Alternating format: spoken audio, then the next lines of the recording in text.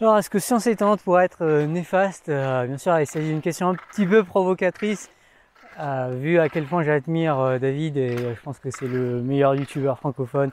À chaque vidéo, il m'impressionne et j'arrive pas à comprendre comment il arrive à être aussi clair, aussi précis et aussi complet et aussi compréhensible à la fois. Il s'agit absolument pas de dire que ce que je fais est mieux que ce que fait David. Absolument pas, c'est complètement le contraire. En fait, il s'agit plus d'essayer de critiquer finalement le meilleur d'entre nous, celui qu'on appelle parfois le boss de la vulgarisation, en tout cas Thibaut et moi, et je pense à raison, enfin forcément si j'utilise cette expression c'est que je pense qu'elle est valide. Dans cette vidéo on va quand même essayer de critiquer David et de voir que peut-être c'est pas si clair que David a vraiment un apport toujours bénéfique dans ses vidéos. Et si c'est le cas de David, j'ai envie de dire que c'est certainement le cas du reste d'entre nous, autres pauvres vulgarisateurs, qui arrivons à peine à la cheville de ce boss de la vulgarisation.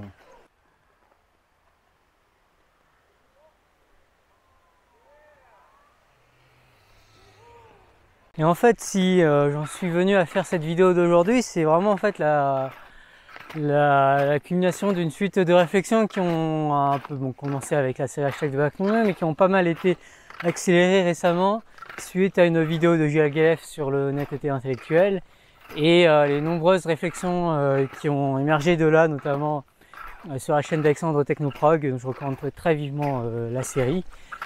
Et également le quiz bayésien de Louis Faucon, dont on reparlera dans une autre vidéo de Hashtag de Bâton Mieux.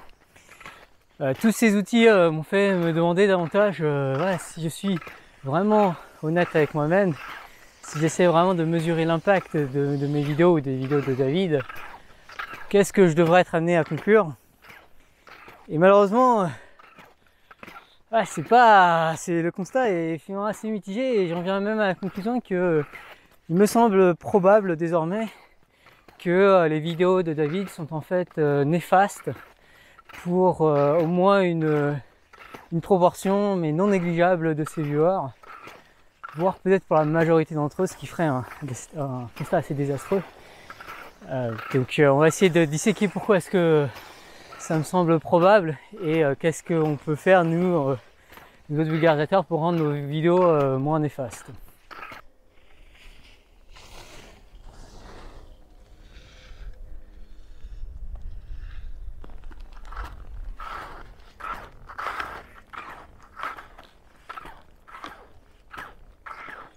Et donc pour justifier tout ça, en fait, l'une des premières vidéos qui m'a vraiment alerté sur le danger de vidéos éducatives potentiellement néfastes, alors que la vidéo éducative est totalement juste et dit que des choses qui sont de consensus scientifique, c'est une vidéo de Derek Muller de la chaîne Veritasium où il parle de sa thèse et où il s'attaque directement à un autre youtubeur éducatif, à savoir Selma Khan de la Khan Academy, qui est sans doute la chaîne qui a le plus de contenu éducatif.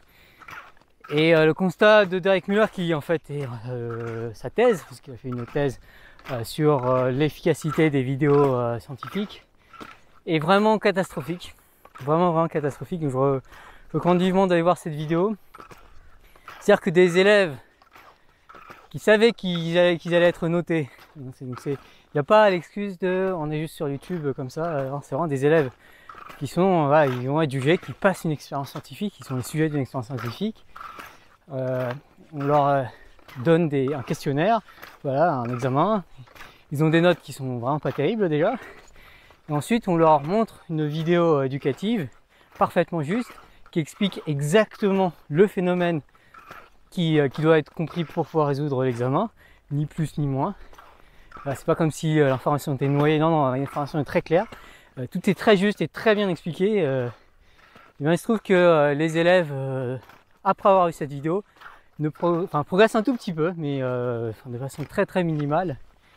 Et surtout, c'est ça le plus préoccupant, ils augmentent leur confiance en leurs réponses. Ils passent en excès de confiance, y compris sur des croyances qui étaient erronées. C'est-à-dire que le visionnage de vidéos qui contredisent l'intuition des viewers, des étudiants, pas juste des viewers sur YouTube, des étudiants, augmente leur crédence en leurs croyances erronées. Je pense que ce résultat devrait vraiment interpeller, c'est vraiment catastrophique. Et ça montre que, à mon sens, beaucoup des vidéos scientifiques sont sans doute en fait néfastes. Puisque souvent l'un des gros problèmes des débats, c'est pas tant est-ce que les gens ont tort, bon, parce que souvent sur les sujets on a tort, mais le plus gros problème, c'est qu'en plus on est en excès de confiance sur le sujet. Et là par contre, dès qu'on est en excès de confiance, ça devient beaucoup plus difficile d'avoir un débat constructif, mais également juste d'apprendre, parce qu'on se renferme sur nos propres convictions. Vraiment, je pense que l'excès de confiance, c'est un des pires fléaux, hein, c'est ce qui empêche l'apprentissage. Et du coup, le fait que des vidéos éducatives augmentent l'excès de confiance, ça veut dire qu'ils vont empêcher l'apprentissage futur, ce qui paraît catastrophique.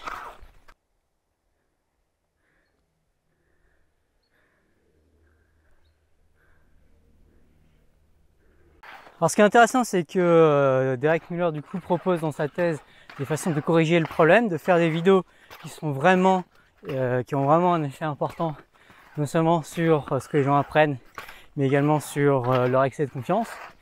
Et donc l'idée, si vous avez vu les premières vidéos de Derek Muller, c'est vraiment de souligner l'intuition naïve qu'on pourrait avoir et de montrer en quoi elle est problématique, de montrer notamment des gens qui se rendent compte à quel point c'est problématique. Et ça a l'air, c'est beaucoup plus efficace. En fait, les résultats ensuite au test sont beaucoup plus importants, beaucoup mieux. Enfin, il y a un progrès vraiment important. Et en plus de ça, les élèves ne vont pas avoir un excès de confiance en des croyances erronées.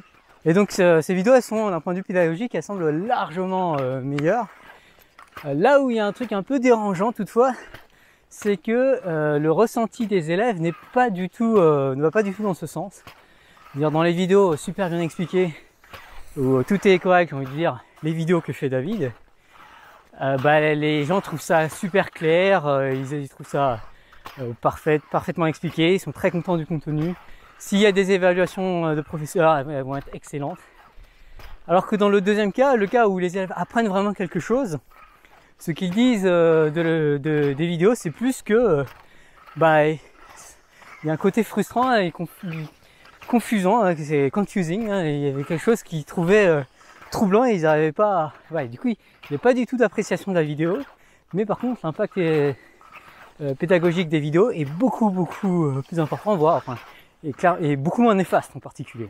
Et du coup on pourrait se dire, vu que Derek Muller est celui qui a découvert qu'est-ce qui fait qu'une vidéo est pédagogique et que c'est l'un des plus grands pédagogues sur internet aujourd'hui, il va appliquer ses méthodes.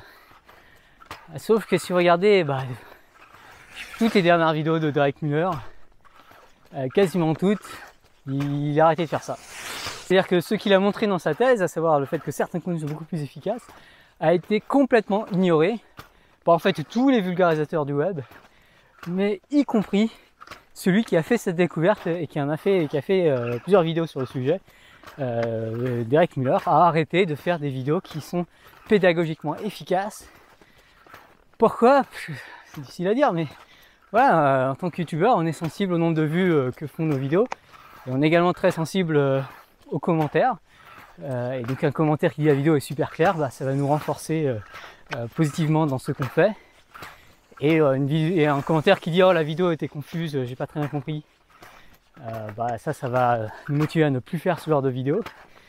Et de fil en aiguille, on se retrouve avec des vidéos qui sont très claires, qui expliquent exactement ce qu'il faut expliquer de façon complètement juste, mais qui du coup seront potentiellement pédagogiquement néfastes.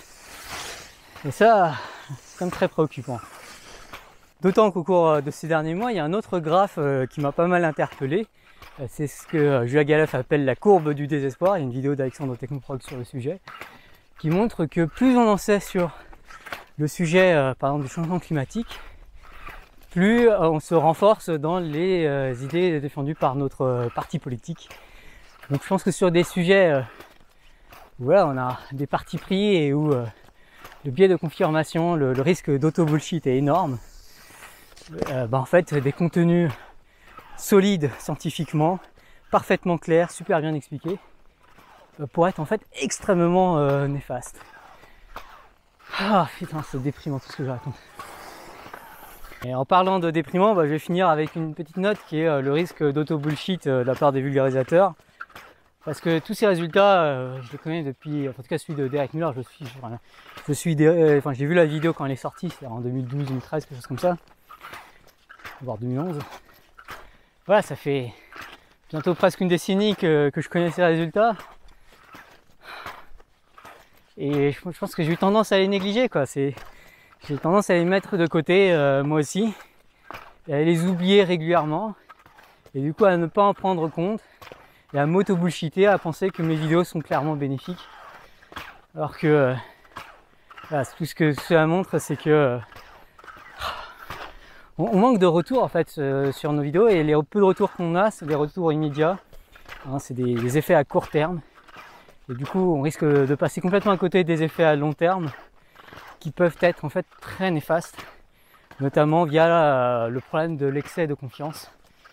Du coup, je pense qu'une des priorités, là, ça serait, enfin, des trucs à renforcer beaucoup plus, c'est communiquer de telle manière que les excès de confiance en des croyances erronées